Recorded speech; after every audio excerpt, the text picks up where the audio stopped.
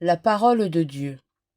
Ne pensez pas que je sois venu abolir la loi ou les prophètes.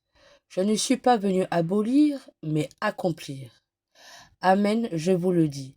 Avant que le ciel et la terre disparaissent, pas un seul iota, pas un seul trait ne disparaîtra de la loi, jusqu'à ce que tout se réalise. Le commentaire. Dieu nous a trop aimés. L'accomplissement demande la démesure, car la mesure de l'amour, c'est d'aimer sans mesure, disait saint Augustin. Claude la Colombière s'émerveillait de la miséricorde débordant à la passion. Le Christ a souffert alors qu'il était innocent. Il s'est offert pour les pécheurs, à notre place, puisque son humanité révèle sa divinité. Une simple goutte de son sang aurait dû suffire à notre salut et pourtant il a accepté d'aller jusqu'au dépouillement le plus cruel, celui qu'inflige la mort. Or, nous restons si souvent insensibles, tergiversant et remettant notre choix de conversion. Ce n'est pas seulement un iota ou un trait que nous laissons de côté dans la loi d'amour, nous nous assoupissons dans une désobéissance paresseuse. Voilà que la croix se dresse à nouveau pour nous éveiller, nous attirer. La source de miséricorde ouverte par l'accomplissement de la loi nous sollicite encore comme si c'était la première fois qu'elle frappait à la porte de notre cœur. Jeûner. On appelle philargie l'attachement excessif à ce que l'on possède, laquelle rime avec gastramargie, synonyme de boulimie. Derrière ces deux excès se cache la peur de manquer, la juste mesure et la sobriété.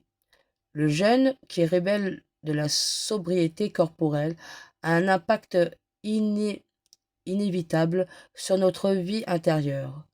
Voilà pourquoi il est nécessaire de penser le jeûne en termes de privation pour apprendre ou réapprendre à le considérer comme une orientation ou réorientation de notre désir le plus profond vers ce qui est comblant. En choisissant simplement de supprimer un aliment, voilà de quoi retrouver la ligne spirituelle, la saveur des dons de Dieu. À l'école de Sainte Faustine, dans le petit journal au numéro 53.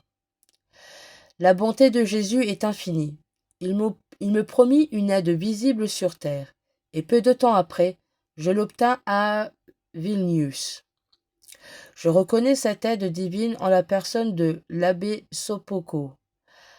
Avant d'arriver à Vilnius, je le reconnaissais déjà par une vision intérieure. Un jour, je l'avais vu dans notre chapelle, entre l'autel et le confessionnal. J'avais alors entendu une voix qui me disait « Voici l'aide visible pour toi, ici-bas. Il t'aidera à accomplir ma volonté. » Résolution. Je prie le Seigneur de me montrer ou m'inspirer à qui demander de m'accompagner spirituellement, si ce n'est pas encore le cas. Si je suis accompagné, il est peut-être temps de prendre un rendez-vous. Priez. Je vous salue, cœur de Joseph. En tous mes états, donnez-vous à moi. Modèle de perfection, éclairez-moi. Je vous salue, cœur divin, origine de tout bonheur, purifiez-moi. Je vous salue, cœur incomparable bonté. Pardonnez-moi. Je vous salue, cœur aimant, fournaise ardent, consumez-moi. Ô mon cher Sauveur, que je serais heureuse si vous m'imprimiez en moi votre image souffrante. Ô mon Seigneur, je ne veux rien que vous et le choix que vous ferez pour moi. Vous m'êtes suffisant, ô mon Dieu. Faites pour moi ce qui vous glorifiera le plus, sans nul égard à mes intérêts. Contentez-vous, et cela me suffit. Je ne suis pas venu abolir la loi et les prophètes. Je ne suis pas venu, je ne suis pas non pas abolir, mais accomplir.